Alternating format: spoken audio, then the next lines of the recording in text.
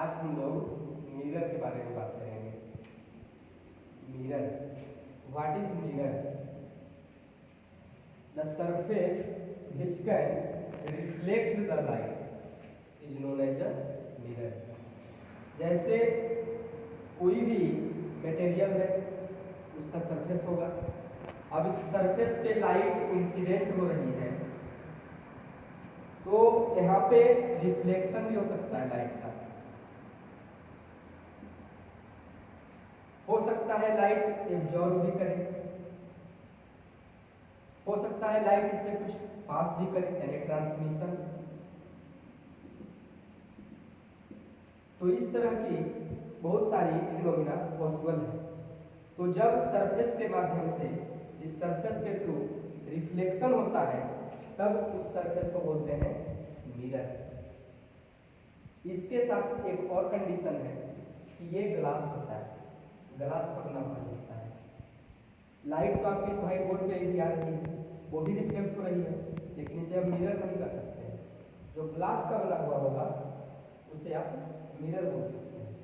अब कोई ग्लास है तो इस ग्लास को मिरर में कन्वर्ट करना है। तो इसे मिरर में कन्वर्ट करने के लिए हम क्या करते हैं, इसके एक साइड को हम पॉलिश कर देते हैं, उस पर किसी दूसरे सब्सटेंस का लेयर चढ़ाते हैं, उसी को बोलते हैं पॉलिश करना।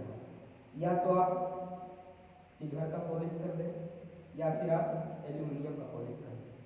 पॉलिश करने की वजह से क्या होता है कि जब लाइट इस पर इंसिडेंट होती है तो एक जो लेयर है उससे स्ट्राइक करके वापस रिफ्लेक्ट हो जाती है। तो रिफ्लेक्शन सही तरीके से हो इसीलिए मिरर के एक सरफेस को पॉलिश किया जाता है। तो मिरर दो टाइप का होता है, plane mirror, spherical mirror. Plane mirror, जब मिरर का सरफेस प्लेन हो तो उसे प्लेन मिरर के नाम से जानते हैं। स्फेरिकल मिरर नाम से ही मालूम हो रहा है, इसे इसका दूसरा नाम है कर्व्ड मिरर।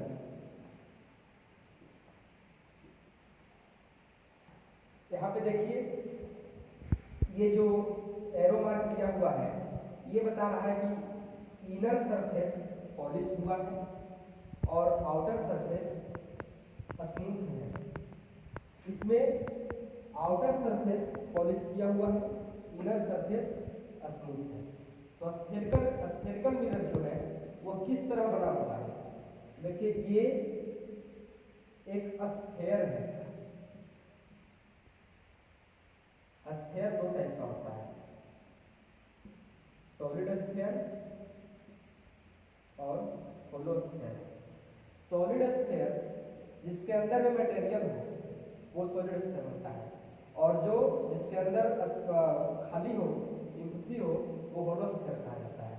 तो जो होलो स्फेयर है, अब इसी का कोई एक पोर्शन ले ले, जैसे हम इतना पोर्शन को लेते हैं, इतना पोर्शन। अब इस पोर्शन को हम मिरर का रूप देना चाहते हैं तो इसे हम क्या करते हैं, अंदर वाले सतह को हम पॉलिश कर देते हैं। तो जो बाहरी सतह है, आउटर सरफेस है, इस पे लाइट का रिफ्लेक्शन होगा। तो जब लाइट का रिफ्लेक्शन आउटर सरफेस से होता है तो उसे हम बोलते हैं कॉन्वेक्स मिरर।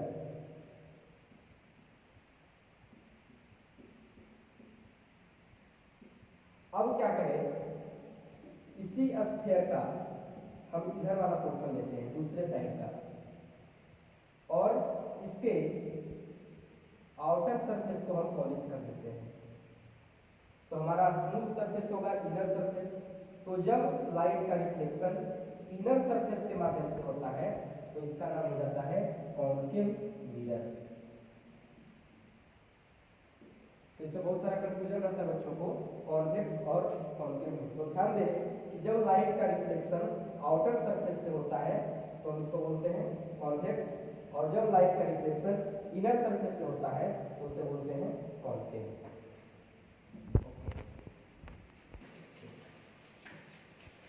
अब हम लोग देखते हैं कुछ टर्म जो मिरर से रिलेटेड है, जैसे centre of curvature, pole, radius of curvature, principal axis, focus, focal length, इन सारे टर्म को हम एक एक करके समझने का प्रयास करते हैं। जैसे ये आपका एक सर्कल है, तो सर्कल का एक सेंटर होता है, एक फिक्स्ड पॉइंट, एक फिक्स पॉइंट जिसके अबाउट हम इस तरह, मतलब सर्कल का जो सेंटर होता है वो बहुत सारे पॉइंट का एक लोकस होता है, जो सभी पॉइंट से उसका डिस्टेंस हमेशा इक्वल आता है। जैसे हम इस पॉइंट का बात करें या इस पॉइंट, इस कोई भी पॉइंट हो इसके राउंड में, इसका डिस्टेंस हमेशा कांस्टेंट होता है, और इसी फिक्स पॉइंट को हम सर्कल का सेंटर बोलते हैं। उसी प्रकार ये सर्कमफेरेंस, ये बाउंड्री जो होता है सर्कमफेरेंस कहलाता है। ये डिस्टेंस, अगर ये पॉइंट P है तो डिस्टेंस OP सर्कल का रेडियस कहलाता है, स्मॉल r।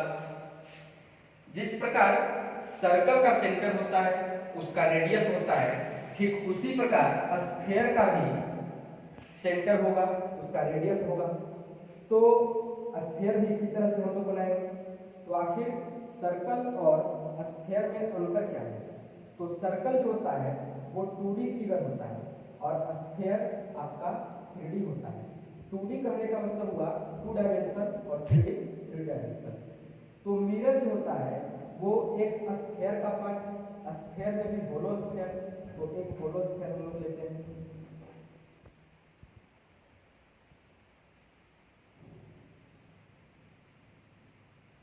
अब हम इस स्फीयर से एक कॉन्केव मिरर तैयार करना चाहते हैं, तो ये पोर्शन हम लोग लिए। अब मालूम है कि जब लाइट का रिफ्लेक्शन इनर सरफेस से होता है तो वो कॉन्केव मिरर कहलाता है। तो इसे कॉन्केव बनाने के लिए हमको आउटर सरफेस जो है उसे पॉलिश करना होगा। अब ये जो पोर्शन है इसका जो मिडिल पॉइंट है ये कहलाता है पोल। अब ये मिरर जिस स्फीयर का एक पार्ट है उस स्फीयर का जो सेंटर है उसी स्फीयर के सेंटर को बोलते हैं सेंटर ऑफ कर्वेचर। ध्यान दीजिएगा, ये मिरर जिस स्फीयर का पार्ट है उस स्फीयर के सेंटर को इस मिरर का सेंटर ऑफ कर्वेचर बोलते हैं। इसे C से डिनोट किया जाता है। मिरर का जो मिडिल पॉइंट है उसे पोल बोलते हैं। रेडियस ऑफ कर्वेचर, तो जिस प्रकार सर्कल में सर्कमफेरेंस पे कोई एक पॉइंट और सेंटर से जो लाइन मिलाते हैं वो रेडियस होता है, ठीक उसी प्रकार यहाँ सेंटर ऑफ कर्वेचर और पोल को मिलाएंगे, ये जो डिस्टेंस है ये आपका है रेडियस ऑफ कर्वेचर और इसे कैपिटल R से डिनोट किया जाता है। ये हो गया आपका radius of curvature, distance between centre of curvature and pole. Principal axis, centre of curvature और पोल, इस दोनों से पास करते हुए जो स्ट्रेट लाइन है इसी स्ट्रेट लाइन को बोलते हैं प्रिंसिपल एक्सिस। ये स्ट्रेट लाइन आपका इधर आगे बोल सकते हैं कि ये इन्फिनिटी तक होता है, बट प्रैक्टिकल कुछ डिस्टेंस आपको न्यूमेरिकल में दिया हुआ रहेगा, लेकिन ऐसे बोल सकते हैं कि इधर आगे आप इसको इन्फिनिटी तक लेकर जा सकते हैं। Principal axis. फोकस, फोकस को समझने के लिए फोकस जो है वो कॉन्केव के टर्म में और कॉन्वेक्स के टर्म में अलग अलग तरह से दिखाई है।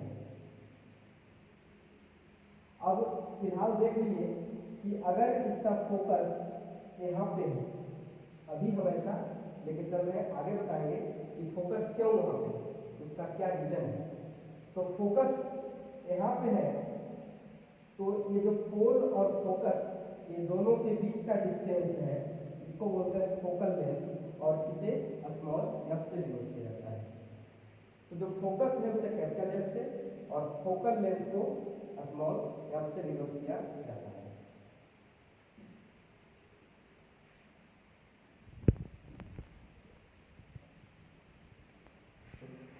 ये देखिए आपका कॉन्केव मिरर है, इसका इनर सरफेस स्मूथ है, आउटर सरफेस पॉलिश किया हुआ है।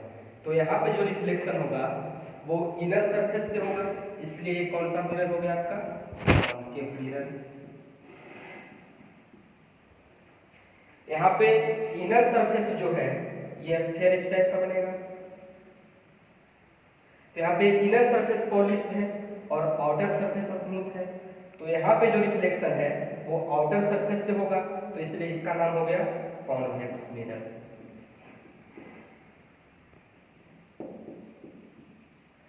अब सबसे पहले कॉन्केव मिरर में फोकस को समझते हैं। तो ये आपका जो मिडिल पॉइंट है ये पोल आपका हो गया, ये स्ट्रेट लाइन प्रिंसिपल एक्सिस है,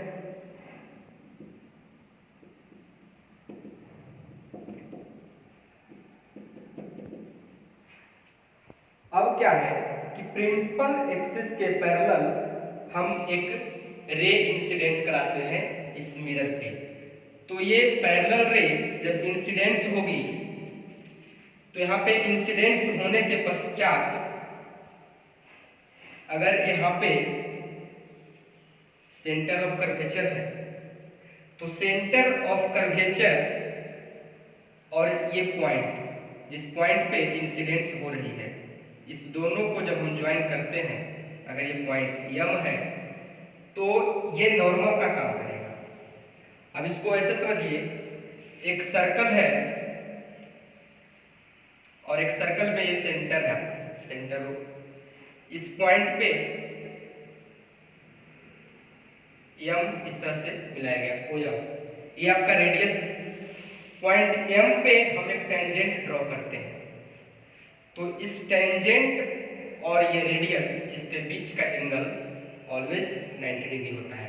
ठीक उसी तरह ये सीएम जो लाइन है ये इस स्फीयर का रेडियस है, और यहाँ पे एक नॉर्मली एक हम टेंजेंट ड्रॉ करें तो इस तरह से ये एंगल जो है वो 90 डिग्री होगा। तो ये पॉइंट ऑफ इंसिडेंस है। जिस तरह प्लेन मिरर के केस में अगर लाइट इस तरह से इंसिडेंस हो रही है तो ये पॉइंट ऑफ इंसिडेंस कहलाता है, उसी तरह से ये पॉइंट ऑफ इंसिडेंस है। अब ये पॉइंट ऑफ इंसिडेंस है तो ये नॉर्मल हो गया, तो अगर ये एंगल जो है ये इंसिडेंट रे है तो ये एंगल क्या होगा, आई होगा, एंगल ऑफ इंसिडेंस। तो यहाँ से आई एंगल, अब जितना एंगल ये है उतना ही एंगल बनाते हुए लाइट क्या होगी, इधर की ओर रिफ्लेक्ट होगी नॉर्मल से, तो इस डायरेक्शन में आ गई। ये एंगल आर होगा और आई आर दोनों बराबर होगा लॉ ऑफ रिफ्लेक्शन से। तो आफ्टर रिफ्लेक्शन प्रिंसिपल एक्सिस के जिस पॉइंट पे ये कट की, जिस पॉइंट से होकर आगे बढ़ी, इसी पॉइंट को हम लोग फोकस के नाम से जानते हैं। यानी when a ray of light incidents on a concave mirror parallel to principal axis, then after reflection goes through a point on the principal axis. This specific point is known as focus, and distance between focus and pole is called focal length. Okay, अब focus